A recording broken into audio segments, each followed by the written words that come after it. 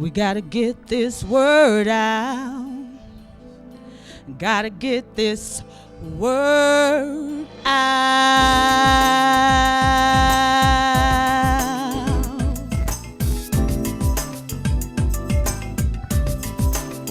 Let's get the word out. It's been ignored for much too long. Today what I heard sounded good to me. Every statement backed by scriptures that I read. Nothing's ever made sense like this before. The truth in Christ and so much more. Don't have to go to heaven to bring our Lord down. Don't go overseas to find the truth abound. Don't have to pay money, no matter what you've heard. Don't have to be lonely when you're searching for the word. Let's get the word Let's out. get the word out. It's been ignored for much too long. Christ has a plan. It's right there in your hand. Let's get the word Let's out. get the word out. It's been ignored for much too long. So tell someone you love. The book will tell it all. Let's get the word out.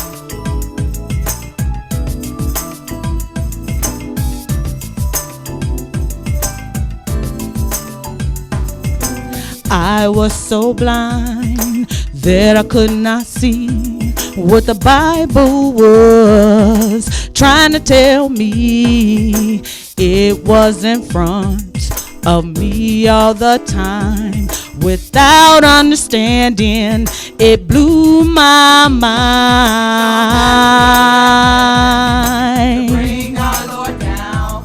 Don't go overseas to find the truth abound. Don't have to pay money, no matter what you've heard. Don't have to be lonely, searching for the word. Let's get the word out. It's been ignored for much too long. Christ has a plan. It's right there in your hand. Let's get the word Gotta out. get the word out. It's been ignored for much too long. So tell someone you love. The book will tell it all. Let's get the word Let's out. get the word out. Get the word Gotta out. get the word out. Get the word Let's out. get the word out. Get the word out. Ooh, yeah, yeah, yeah, yeah, yeah.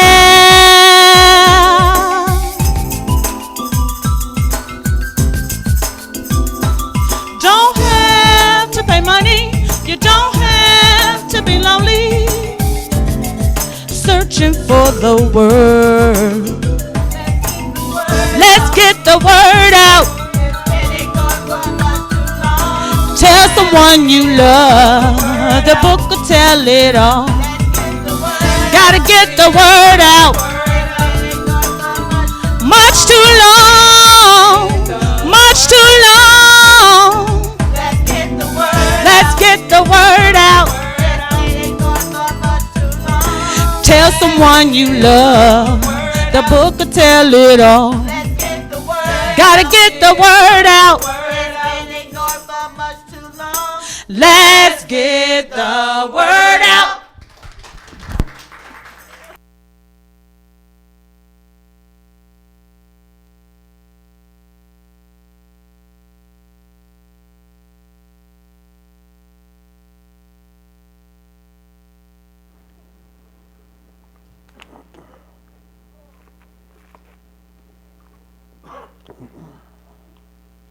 Praise the Most High God of Abraham, Isaac, and Jacob, and peace to everybody that's here in the name of Jesus.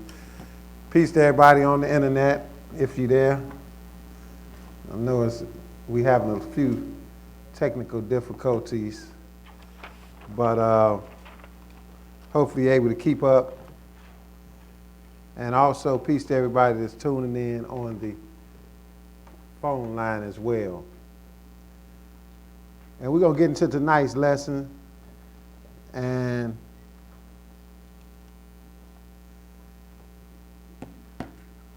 I don't know if If they got, I see the stream is up, but I don't know if it's sound there at all.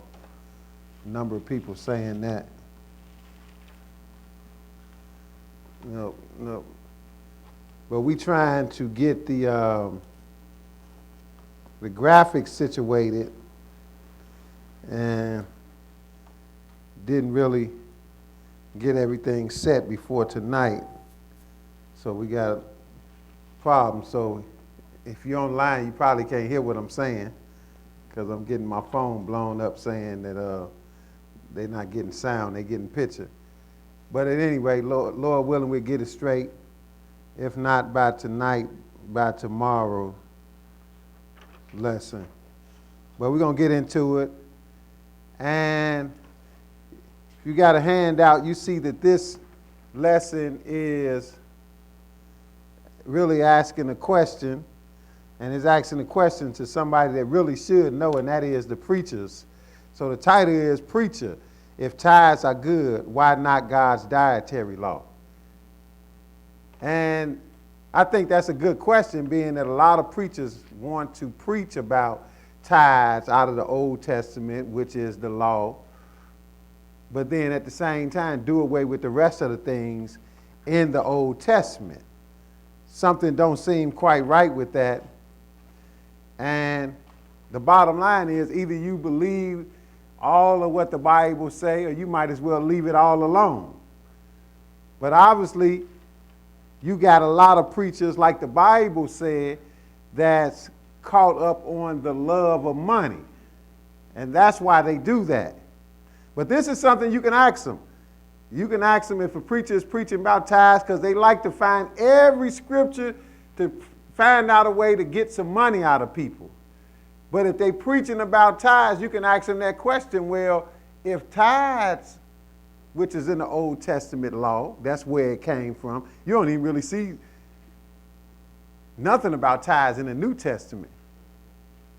So if tithes from the Old Testament law is still good, then why not the rest of the law, including what we're talking about tonight, God's dietary law? We're going to start off in Malachi, because we're going to look at tithes briefly, because we believe that tithes are good. Just because we don't talk about it every week and every, like the average church, we rarely talk about it. But we believe that tithes is good because it's a part of the law.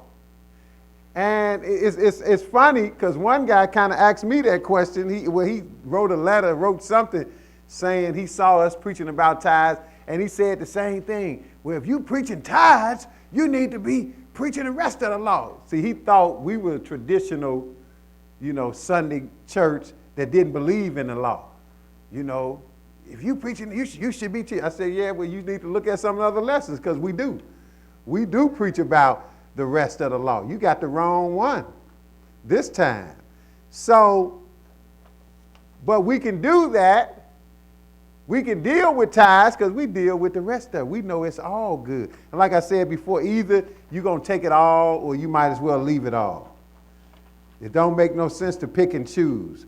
But we're going to start off in Malachi, the 3rd chapter. Malachi, the 3rd chapter, Preacher, if tithes are good, why not God's dietary law? 3 and verse 8. Go ahead. Will a man rob God? Yet ye have robbed me. But ye say, wherein have we robbed thee? In tithes and offerings? Okay, so now, this is something that preachers have used for years. They would tell people, because, you got preachers that are death on tithes. And they've been saying for years, oh, see, people, you robbing God because you're not paying tithes and you're not doing what you're supposed to. Even had one prominent preacher said he think if people are not paying their tithes or donating correctly, they need to be shot. He actually said that. So they serious about that. And this is one of the things that they will use.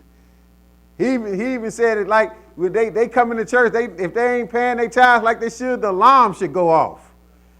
And machine guns should be pointing at them. Blah, blah, blah, blah. So they serious about that, and this is one of the things they use. But it's amazing to me, because all of this about tithes that they use, generally it comes from the Old Testament, and these are the same preachers that want to do away with the Old Testament, want to do away with the laws. So this is the Old Testament, Malachi, but he did say, will a man rob God? Yet ye have robbed me. But ye say, wherein have we robbed thee? And the answer is in tithes and offering. Because God did give you a law concerning tithes. But that's not the only law in the Bible. Go ahead, verse 9.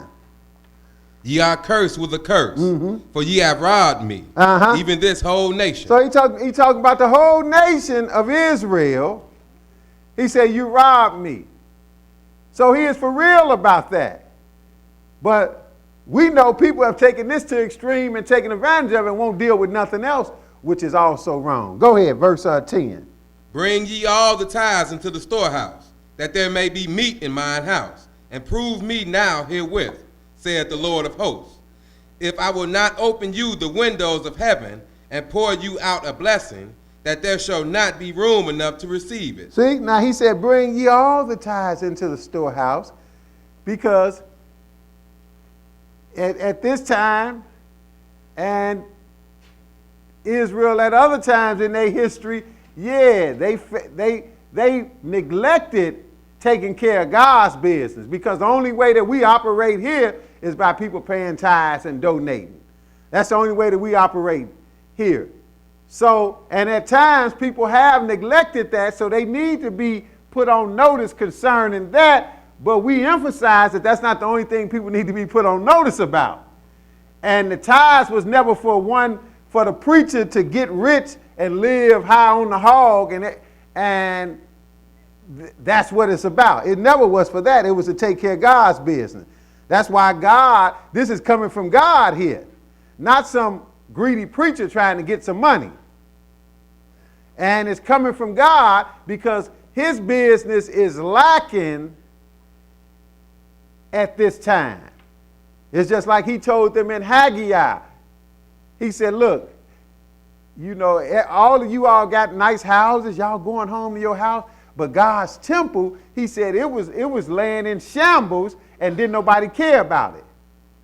But go ahead, verse 11. But now, read 10 again, I'm sorry. Bring ye all the tithes into the storehouse, that there may be meat in mine house, and prove me now herewith, saith the Lord of hosts, if I will not open you the windows of heaven, and pour you out a blessing, that there shall not be room enough to receive it. See, now he said, look, prove me. Because the Lord is saying, if you take care of what I want you to take care of, I'm going to bless you anyway. And this is kind of a theme, of course, that preachers use on people all the time, but they taking advantage of it. See, you can lean too heavily on one aspect. You can be unbalanced in your approach for your own reasons, and that's what preachers are doing. But see, they taking some good principles and misusing them, because God is saying that. He said, look, if you are looking to get blessed by God, you should make sure that you are helping take care of God's business. He said, prove me. Because a lot of times, you know, I have talked to people concerning tithes, because we don't push nobody on nothing. We don't push nobody to pay no tithes, just like we don't push nobody. We ain't going to go to nobody's house and take the pork out their refrigerator. We don't push, we just let you know what it say. And people have said, well, you know, tithes, it seems like it's a lot to give up. But if you trusting in the Lord, tithes won't be nothing to give up, because you know you got everything you got from the Lord, and he going to take care of you tenfold if you doing what you supposed to do. So that's kind of what he's saying here. Prove me if I would not open the windows of heaven and pour you out a blessing, that there should not even be enough room to receive it. Verse 11. And I will rebuke the devourer for your sakes. Now, he said the devourer, that's the one that's taking advantage of you. He said, I will rebuke him for your sake, if you handling God's business. Go ahead. And he shall not destroy the fruits of your ground. Neither shall your vine cast her fruit before the time in the field, saith the Lord of hosts. And all nations shall call you blessed, for ye shall be a delightsome land, said the Lord of hosts. So now, but this is all to take care of God's program to make sure his business, which is teaching people how to serve him and worship him the correct way, making sure that's going forth. That's what he introduced tithes for. Again, it wasn't for some man to get rich and live good and buy nice car, nice clothes, and talk about prosperity. It never was for that. You don't see that in the Bible. But now, go to Leviticus 27. But again, this is the Old Testament. So if I see a preacher come back here and want to read this about getting some tithes from people, I'm going to ask him, well, what about God's dietary law? That's in the Old Testament too. It's all back here. So you can't take one without the other, in other words. Leviticus 27. Leviticus 27.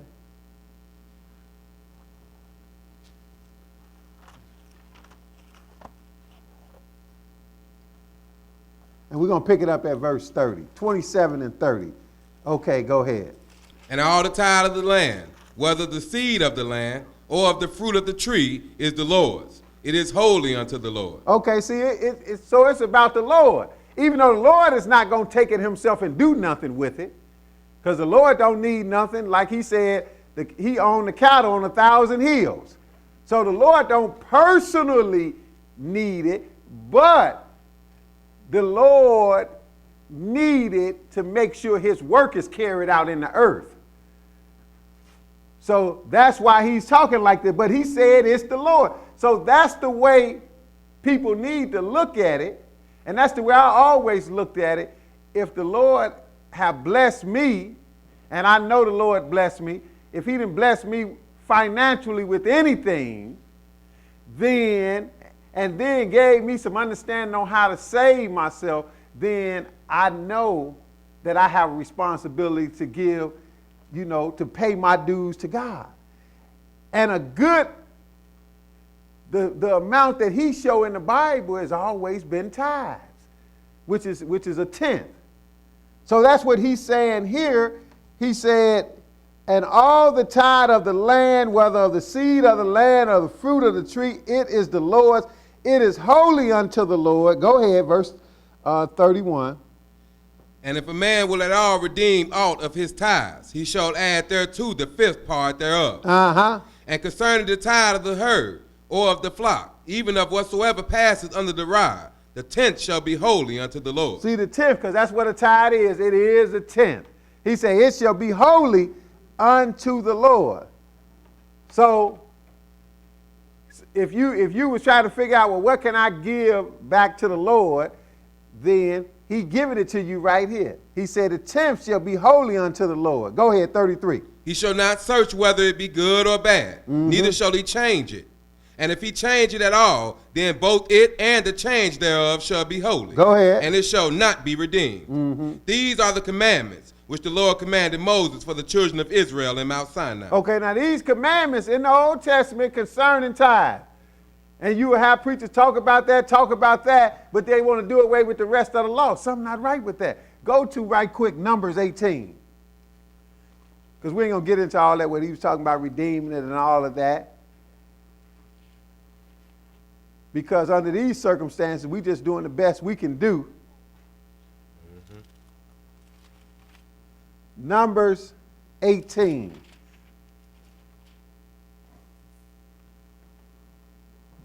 And verse 20. Okay, go ahead. And the Lord spake unto Aaron, Thou shalt have no inheritance in their land, neither shalt thou have any part among them. I am thy part and thine inheritance among the children of Israel. And behold, I have given the children of Levi all the tenth in Israel for an inheritance, for their service which they serve, even the service of the tabernacle of the congregation. Okay, so he's telling Aaron and the Levites, they didn't have no tribe. They was a tribe without inheritance, meaning they didn't have a designated land like all the other tribes. The tribe of Judah had land, a whole area that belonged to them, just like a state, just like the state of Indiana or the state of Illinois. That's how the tribe of Judah and the tribe of Simeon was, and the tribe of Benjamin. They all had designated area. Levi didn't have that. because their job was to be scattered all over and take care of God's business among all of Israel. So they didn't have a designated area.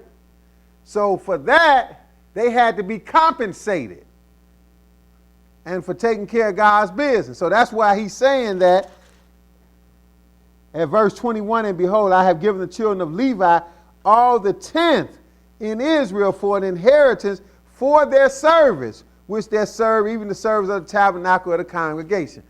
So now, again, this is in the law. So if any preacher is going to preach about that, he needs to preach about the rest of the law, including the dietary law, which we're going to get to. It's in the same law. Go ahead.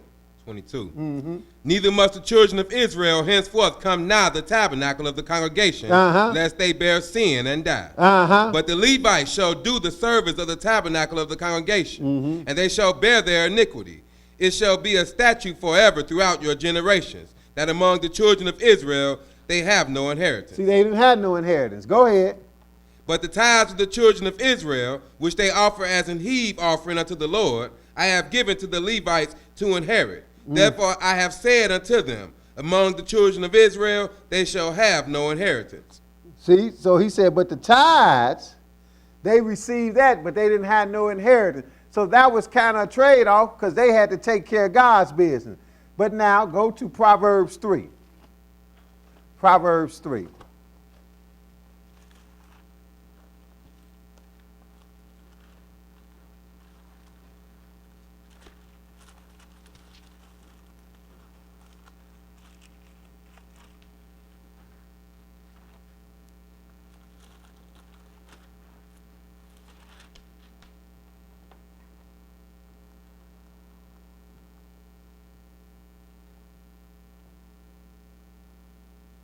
Proverbs 3, and we're going to pick it up at verse 9. Proverbs 3 and 9. Okay, go ahead. Honor the Lord with thy substance, and with the first fruits of all thy increase. So shall the barns be filled with plenty, and thy presses shall burst out with new wine. Okay, so now, again, I'm reading all of this stuff. It's all in the Old Testament where, you know, and this is where the average preacher, he'd go to places like this, and he found a whole lot more of them. To talk about getting tithes and getting money from people because that's important to them. But the thing is, this is all good and we believe it's good, but you can't just teach this. What about the other stuff? And if you're dealing with being partial in it, then you wasting your time. So, but this is good. He said, honor the Lord with your substance and with the first fruits of thine increase. But it needs to be honoring the Lord. So if I'm dealing with a preacher who's lying to be about everything and trying to get money out of me, I wouldn't be honoring the Lord by giving him no tithes. I'd be honoring Satan. Jesus himself said, beware of false prophets. So why would I take money and give it to a false prophet? Because that wouldn't be doing what this say. It wouldn't be honoring the Lord. He said, honor the Lord with yourself. Being that I'm not going to take it right up and give it to the Lord, then I need to decipher whether the preacher is giving me what the Lord wants me to have and really working for the Lord in order to honor the Lord. Or else Jesus wouldn't have said, beware of false prophets. See, so this is all good, but how can a preacher teach all this and not teach nothing else in the law? Something is wrong with that. But now he said, honor the Lord with your substance, with your first fruits of all your increase.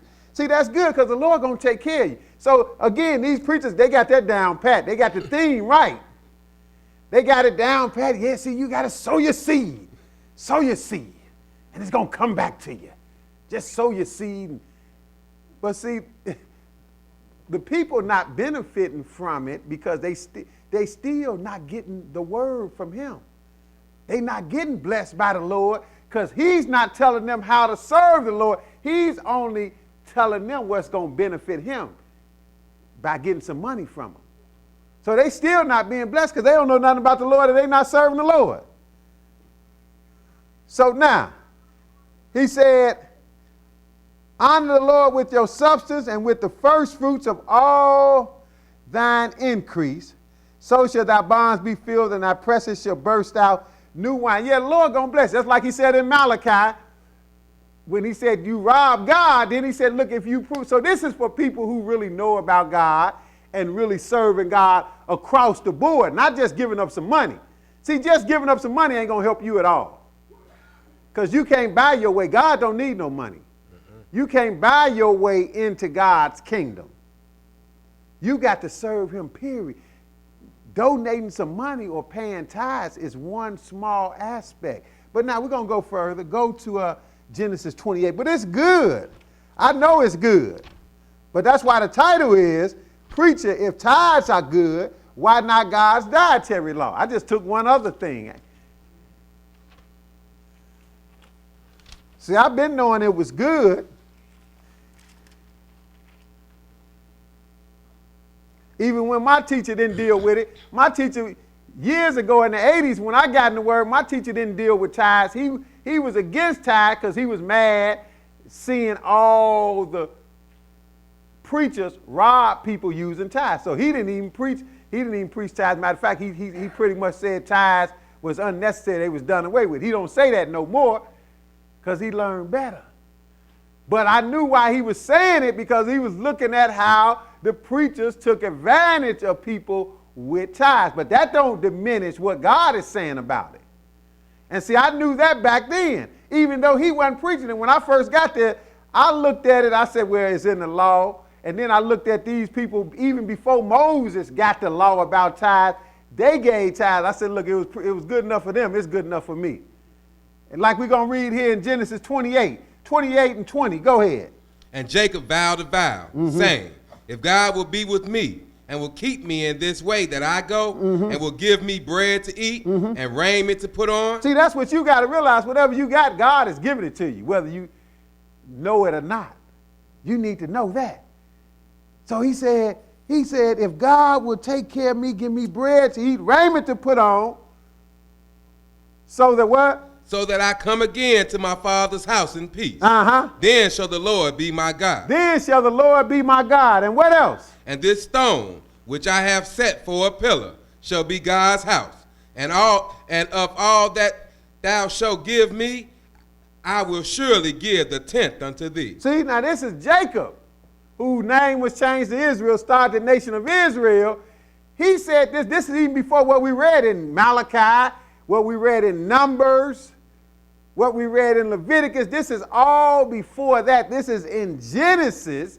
Wasn't no law of Moses given, and Jacob understood the importance of it. Lord let him know. He didn't just pop up with the 10th just by accident. No, he understood that that was the criteria that God asked for. So he said it. He said, of all that thou shalt give me, I will surely give the 10th unto thee. So, because a lot of people say that, well, tithes done away with. Some of the people that's against tithes, they say, well, tithes done away with because, tithes was for Levi. Like we read, it was given to Levi. We read in Numbers that it was given to Levi. They said, well, tithes was for Levi. So since we don't have the Levites, which we don't have no Levites now, they write it. We don't know who the Levites are. Some brothers call themselves Ben Levi, but we really don't know who the Levites are because Israel is scattered all over. So we don't know. So the bottom line is that was the message. Since we don't know, we don't have Levites, well, you shouldn't give tithes because tithes done away with. But I knew better than that years ago because I could see the tithes didn't start with Levi.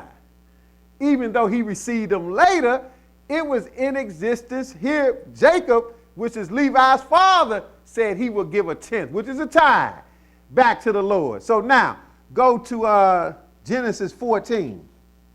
So I knew better than that. I knew it couldn't stop because of Levi when it didn't start because of Levi.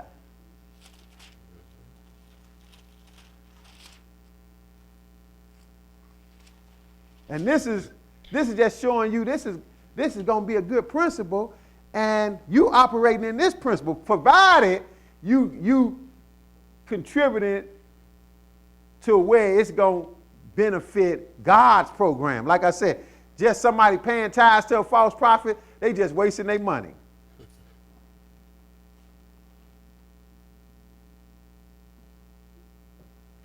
Genesis 14. So I'm hearing that maybe the sound just came through. So hopefully, yeah, we're going to start this lesson. No, we can't start over. Genesis 14. They only missed 5 scriptures. Genesis 14, and we're going to pick it up at verse 17. 14 and 17. But again, the title, Preacher, if tithes are good, why not God's dietary law? See, again, we know tithes are good. And by you operating in tithes, that's showing you that, hey, the Lord definitely going to give you all that you need plus some. 14 and verse 17. Okay, go ahead. And the king of Sodom went out to meet him after his return from the slaughter of Chedorlaomer. Mm-hmm. And of the kings that were with him at the valley of Sheveh, which is the king's dale. Uh-huh. And Melchizedek, king of Salem, brought forth bread and wine, and he was the priest of the Most High God. Okay, now this is Abraham, who went on a venture and had to do battle with some people who had took his nephew captive. And when he got back, everybody was greeting him, including this guy Melchizedek, which is really Jesus before he became a man. That's all that is. But he met him. That's why I say he was a priest of the Most High God. He was a king and a priest, and that's who Jesus is. This is before he became a man. But go ahead. That's another lesson. Go ahead. And he blessed him and said, Blessed be Abram of the Most High God, possessor of heaven and earth. Go ahead. And blessed be the Most High God, which hath delivered thine enemies into thy hand. And he gave him tithes of all. See, now this guy Melchizedek, which again, it was Jesus before he was a man, because when you read about him, we're going to read a little bit. He was an immortal. He wasn't a natural man. And that's what Jesus was before he became born of Mary. He was an immortal. But we got scripture to prove that. But the bottom line, he came and blessed Abraham, brought bread and wine, like Jesus brought forth on what people call communion, or the Last Supper, which we really know it was the Passover. He brought that bread and wine to Abraham, and then it said at the end of verse 20, and he gave him tithes of all, meaning Abraham gave this guy, Melchizedek, tithes of all. He gave him, and we know tithes mean a tenth. He gave him a tenth of all that he had. So again, when I saw this in the Bible, I knew, even though when I first was getting into the word, my teacher, he was like, no, you ain't got to pay no tithes. Them preachers robbing people with tithes, you ain't got to pay no tithes. I said, nah, I'm going to pay mine, because I knew it was good. I knew it was good, because I saw that even before Levi, if Jacob did it, Abraham did it, everybody did it before it even got given by Moses, then I knew it was good. And I knew that God would take care of me. If you're doing what God wants you to do, you ain't got to worry about it. God going to take care of you. And so that's one thing the preachers got right, but they ain't preaching nothing else. So that ain't going to benefit nobody just to pay some tithes to some preacher to make him rich, and you ain't getting no understanding at all. That's not going to benefit you. So that's why the title is Preacher. If tithes are good, why not God's dietary law? Go to Hebrews 7. See, all this stuff we read has been in the Old Testament, and that's where preachers, whatever they call themselves, would go to try to get money out of people. Because it ain't really a lot in the New Testament they can run to. It's a couple of things, but none of it really mentioned tithes. So if they talking tithes, if you go to a church and they got an envelope talking about some tithes, you should go take that envelope up to them and say, what about God's dietary law? Because that's the only way they could have got tithes from is back in the Old Testament. And they telling you out the next breath that the law is done away with. But on their envelope, they got pay your tithes. See, we can say pay your tithes because we're going to say get the pork out your refrigerator, keep the Sabbath day. We're going to deal with all of the law because we know it's all good. But since we know it's all good, we ain't up here going to talk about tithes every 5 minutes either, because there's so much else to talk about, right? Mm-hmm. But now, Leviticus 7. Hebrews 7, my fault. Hebrews 7. Now this is the first time we're going to the New Testament. And it's just going to quote or give us some further insight on what we just read in Genesis, all the way in Genesis. Hebrews 7:1. Go ahead. For this Melchizedek, king of Salem, priest of the Most High God, who met Abraham returning from the slaughter of the kings and blessed him, to whom also Abraham gave a tenth part of all, first being by interpretation king of righteousness, and after that also king of Salem, which is king of peace. See, now it's shedding light on what we just read in Genesis 14. This Melchizedek, king of Salem, which is king of peace, this is just short for Jerusalem. Before it was actually, Israel actually occupied it. King of Salem, priest of the Most High God, who met Abraham returning from the slaughter of the kings and blessed him. Then verse 2 said, to whom also Abraham gave a tenth part of all. Well, we read that Abraham gave him tithes. That's what tithes is. Tithes is a tenth. See, so that was easy for me. Once I understood that, I figured out, well, what do I want to give? Because I knew I had been blessed to get understanding and from God and know how to serve God. So when I was trying to figure out, well, what should I do? Hey, the Lord already telling you what should you contribute. So I knew if I got $100, hey, $10 is good to give to God. And that ain't really, to me, it never was asking a lot. Some people say, oh, that's a lot. That's a whole lot. Look, it ain't a lot when you want to do what you want to do. That don't seem like much when you want to do something you want to do.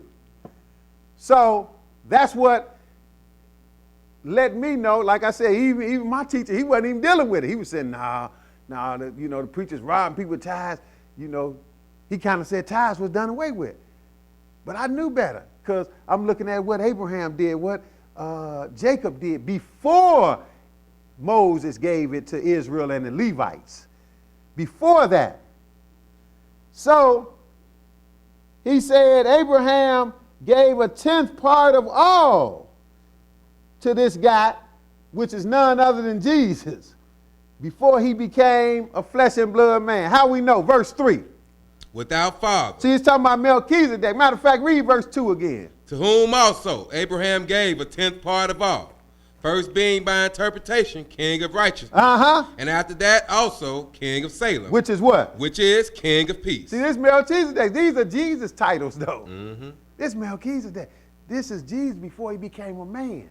That's why it's going to tell you his pedigree. Go ahead, what did it say? Verse 3. Without father. Now, he didn't have no father. He wasn't a natural-born man, in other words.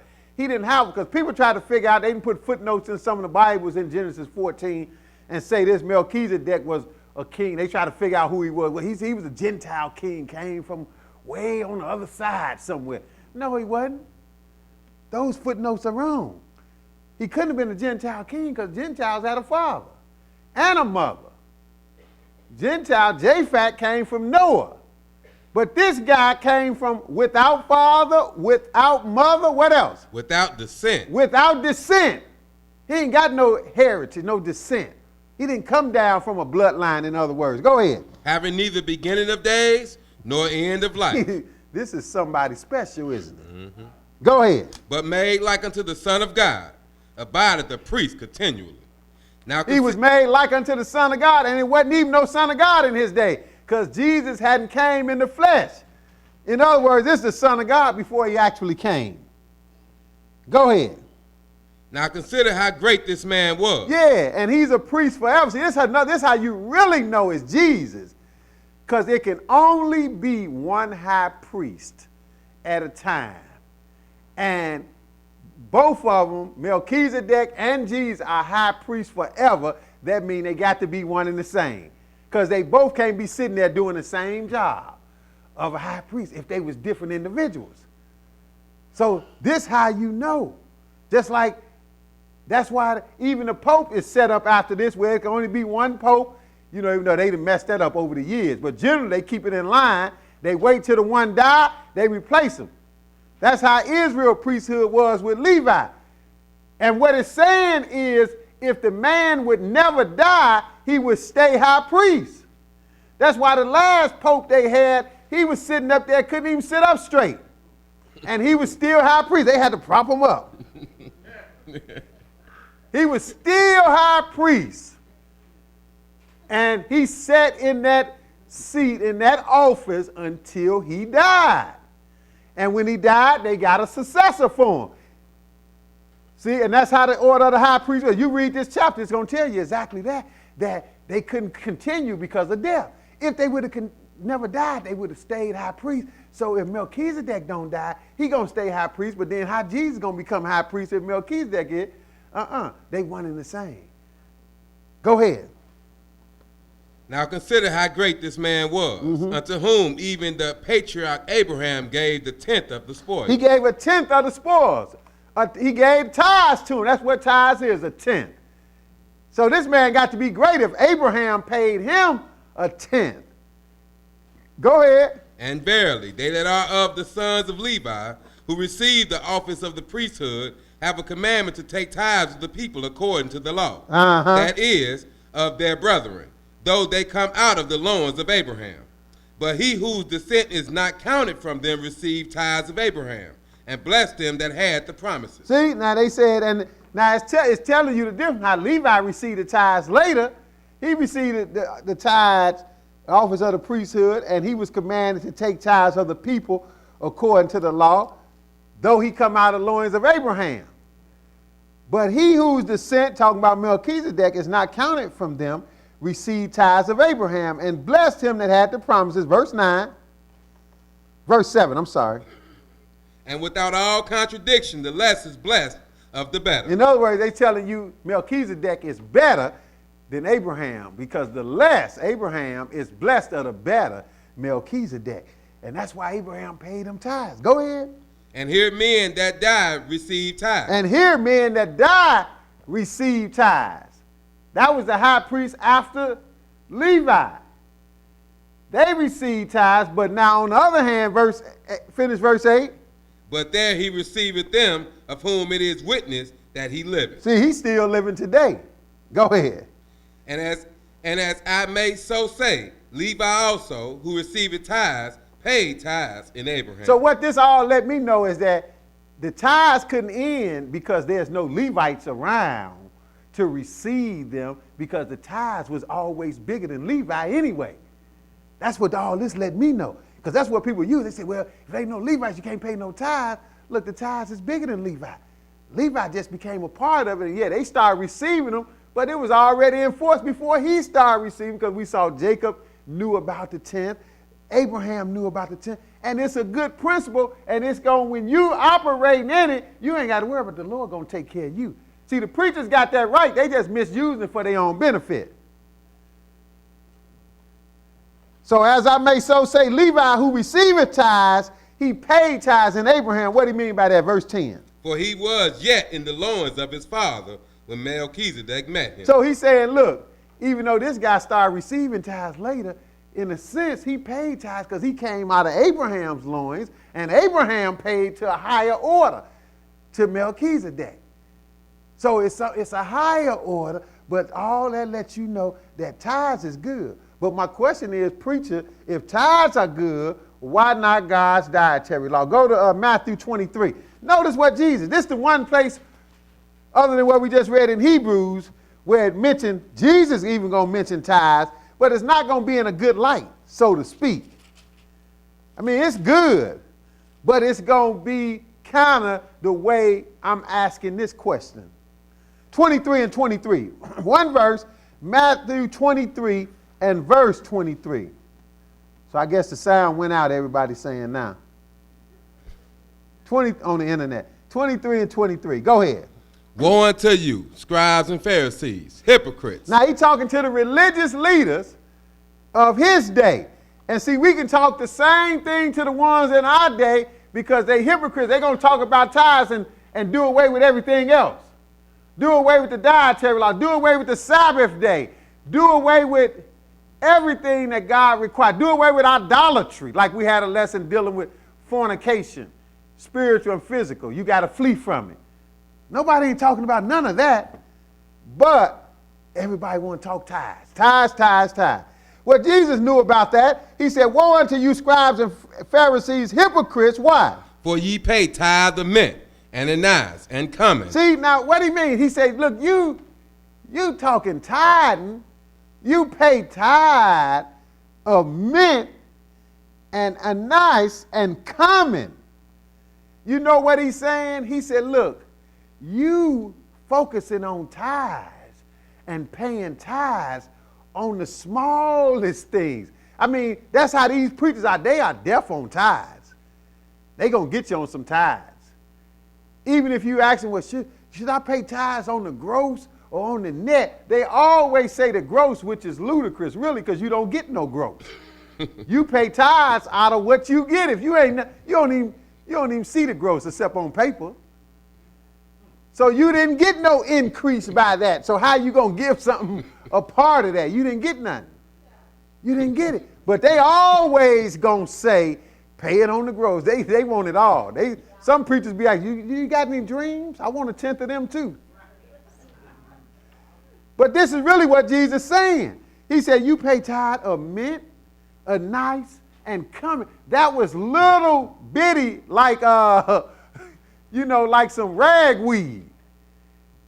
They want it all. But he said, what else? What have they done otherwise, though? And have omitted the weightier matters of the law. Oh, it's some weightier matters of the law, isn't it? In paying tithes, right? Mm-hmm. That's why we ain't talking about tithe. We rarely talk about tithe. Even this is not a tithe lesson, so to speak, as the preacher would give it, try to make people get their checkbook out and give some money, right? This is really pointing out that it's being misused. So he said, you have omitted the weightier matters of the law. Go ahead. Judgment, mercy, and faith. Uh-huh. These ought ye to have done, and not to leave the other undone. See, Jesus said nothing wrong with tithes, but he said, look, you can't just focus on that, and you leaving all the big stuff behind. That's exactly what they doing, aren't they? Mm-hmm. They going to tithe you to death, but they ain't going to talk about nothing else. Jesus hit the nail on the head. He said, look, you ought to have done this and not to leave the other undone. Look, you can't lean heavily on tithes and don't teach nothing else. So that's why the title again is Preacher, if tithes are good, why not God's dietary law? Let's look at it. Go to Leviticus 11. Same place we was reading about tithes, we can read about a whole lot of other stuff. Right now, we just going to look at the dietary law. Leviticus 11.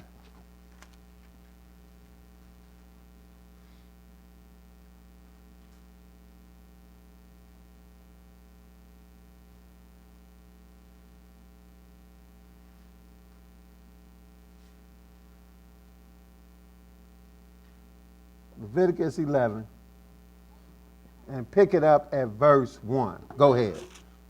And the Lord spake unto Moses and to Aaron, saying unto them. Now the Lord is talking here, just like the Lord said the 10th is his, and that's where we get, we learn about having tithes at. The Lord said the 10th is his. Well, the Lord is talking to Moses here about another aspect of the law. So how are we going to take one and leave the other when the Lord is talking all the time? That's why I know tithes is important, because the Lord is talking. Like one brother was trying to dispute, and one of the brothers in L.A. was trying to deal with him online. He was trying to dispute. Well, I want somebody to debate me on tithes, because he's saying, he's saying we shouldn't even say nothing about tithes, like tithes is done away with. Look, it's in the Bible. I can't do away with tithes. Even though I see the preachers misusing it, it's in the Bible. I can't do away with it.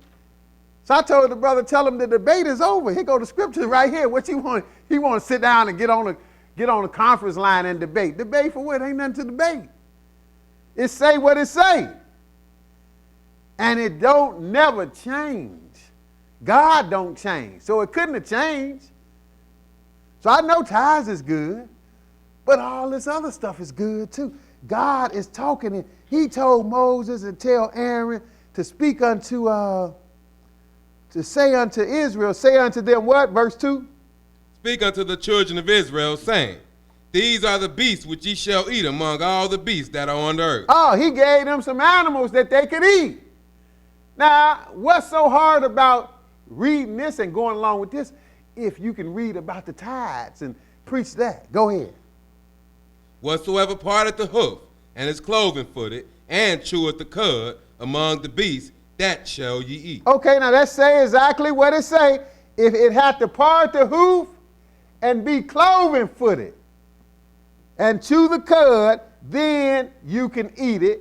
Skip down to save a little time to verse 7, because you can find out which ones do it, but he gets specific on some of them just in case you didn't know. He tell you, verse 7. And the swine, though he divide the hoof and be cloven-footed, yet he cheweth not the cud. He is unclean to you. Now, he just told you point blank, even if you was unsure. Well, I wonder what if the swine is cloven-footed or how. Look, he told you. Though the swine, though he divide the hoof. See, he got to have all the aspects, all the criteria. The swine is the pig, where we get pork from. Though he divide the hoof and be cloven-footed, yet he cheweth not the cud, he is unclean unto you. This is what God is saying. Moses didn't say this now. God told Moses to tell the people this. Go ahead. Of their flesh shall ye not eat. Now that's real direct. Of their flesh shall ye not eat. You don't need to interpret it. You don't need to try to figure it out. I wonder what God means. I wonder what he means. Let me see. He said, swine is unclean. Of their flesh you shall not eat. You ain't got to figure that out. Of their flesh shall ye not eat. Go ahead. And their carcass shall ye not touch. And he said even the dead carcass, it got to be dead, because swine is good for something. God created it. It's good for something. It only become unclean actually when it's dead, because it's good for something. God made it. It just ain't good to be eaten. So he said, of their flesh shall ye not eat, and their carcass shall ye not touch. Why? They are unclean to you. They unclean. Now this is clear cut. Go ahead. These shall ye eat of all that are in the waters, whatsoever hath fins and scales in the waters, in the seas, and in the rivers, them shall ye eat. Now God covered everything. He went to the waters. He dealt with the land-dwelling beasts and told you the swine is unclean. That's the main one among the land-dwelling beasts. Then he went to the waters and told you what you can't eat there, or what you could eat. It got to have fins and scales. Go ahead, verse 10. And all that have not fins and scales in the seas and in the rivers, and of all that move in the waters, and of any living thing which is in the waters, they shall be an abomination unto you. See, if it don't have fins and scales, which the main one that people like to eat that don't, is the catfish. It don't have fins and scales. It don't have both of them. It got fins, but it don't have scales. So it's unclean. You are not supposed to eat it. Another big one that I used to love to eat is shrimp. Hey, it don't have fins and scales. You can't eat it. So even though I loved eating shrimp, when I found out about it, I had to stop eating it. Now I get me some little chicken wings and put some hot sauce on it, and can imagine.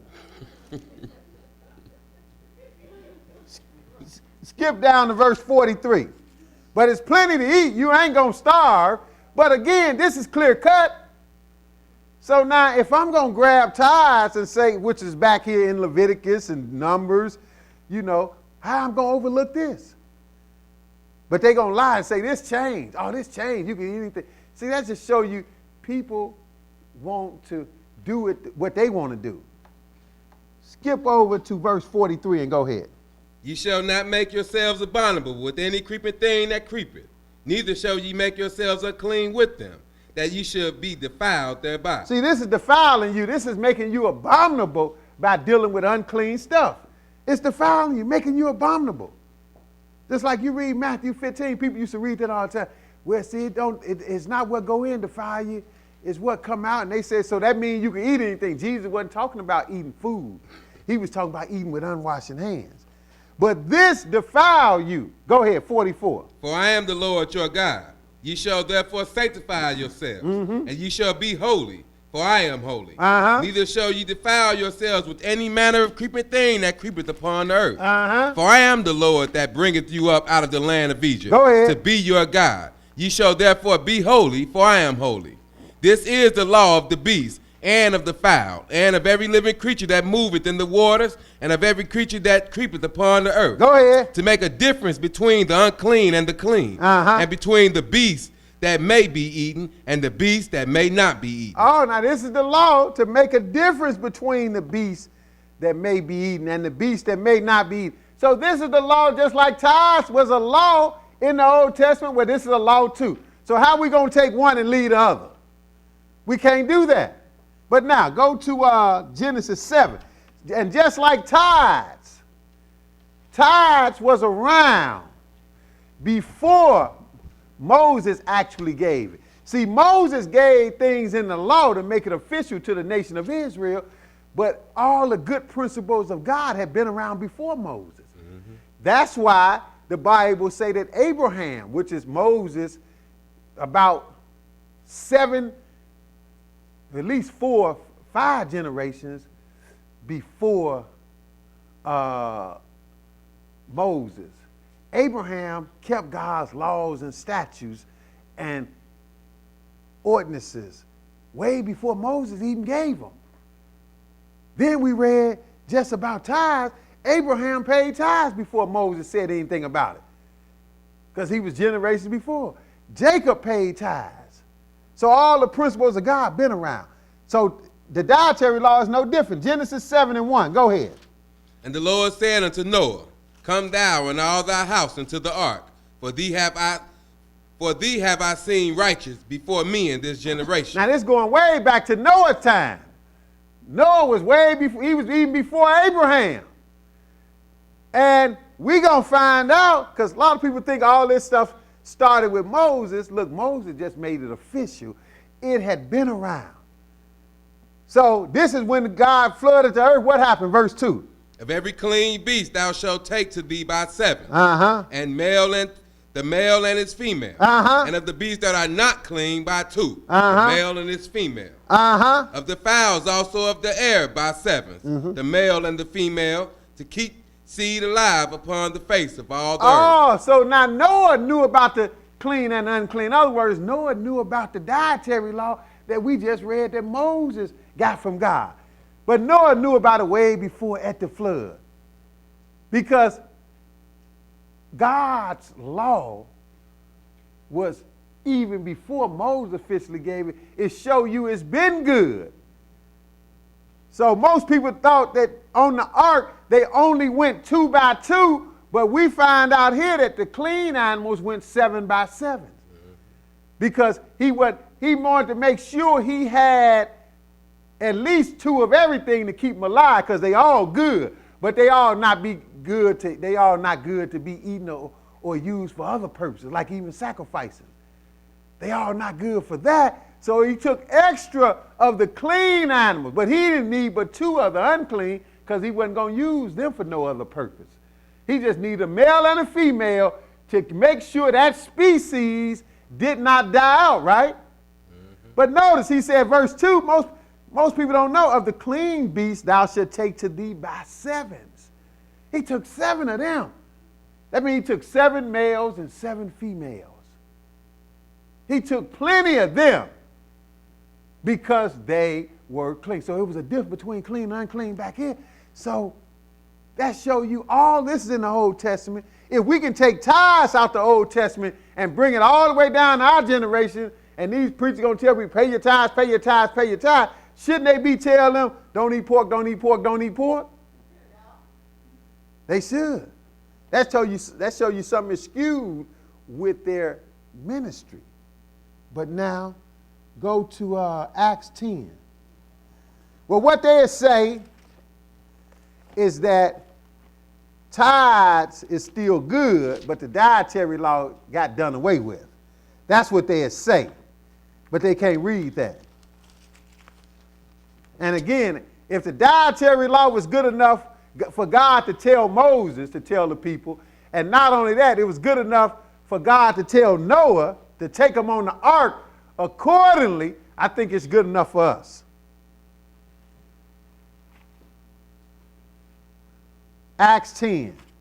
So this was one of the favorites that people used to read to try to say that tithes got done away with. This is an old favorite. People quote this, they don't even know what they're talking about. I used to drive a truck with this guy. We drove a truck together, and he started quoting it. Oh, no, pork is okay.